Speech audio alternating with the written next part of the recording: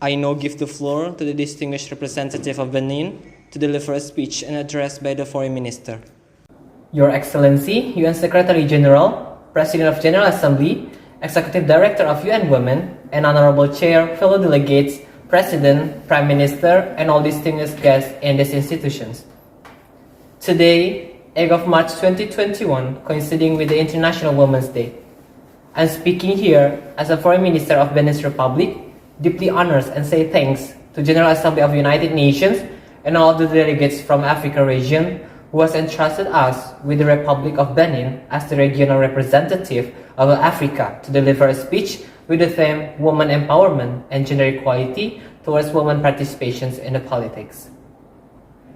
First of all, I'm speaking here before all of you today, not only speaking to represent my beloved country and my region, but I'm speaking here to represent the hopes of all women around the world on this special day.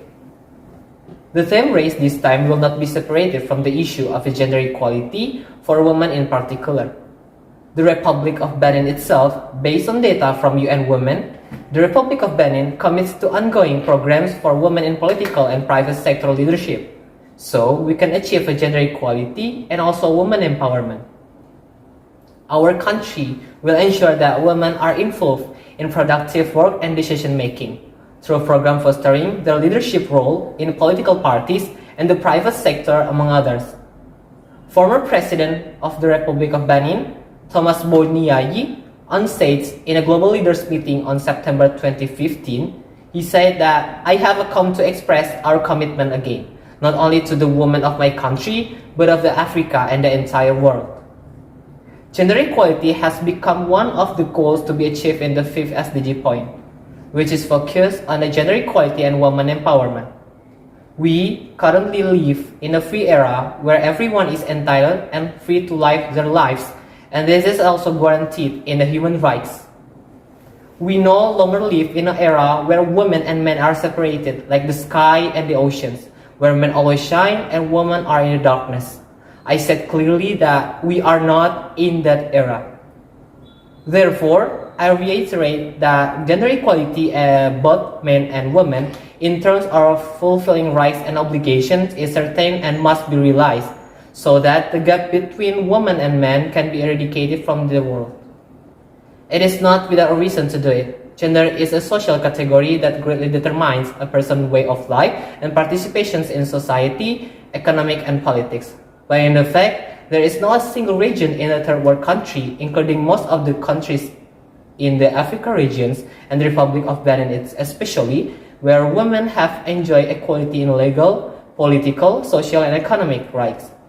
This is very sad to happen, actually, when we are now living in an era of democracy, human rights, and freedom in many ways.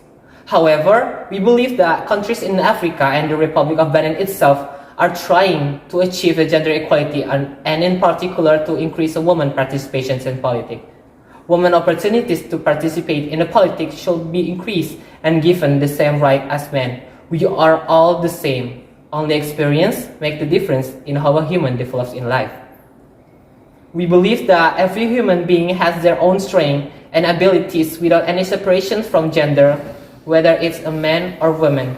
We are winners and we are free to do anything without any restraint or coercion from anyone.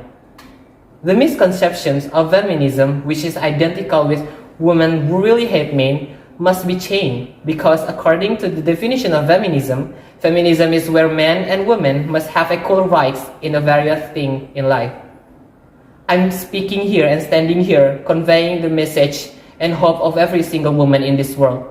Every audience in this courtroom, let's work together to realize gender equality, to make the world a better place. And if not us, who? I quote a speech from Emma Watson, UN Women Global Goodwill Ambassador.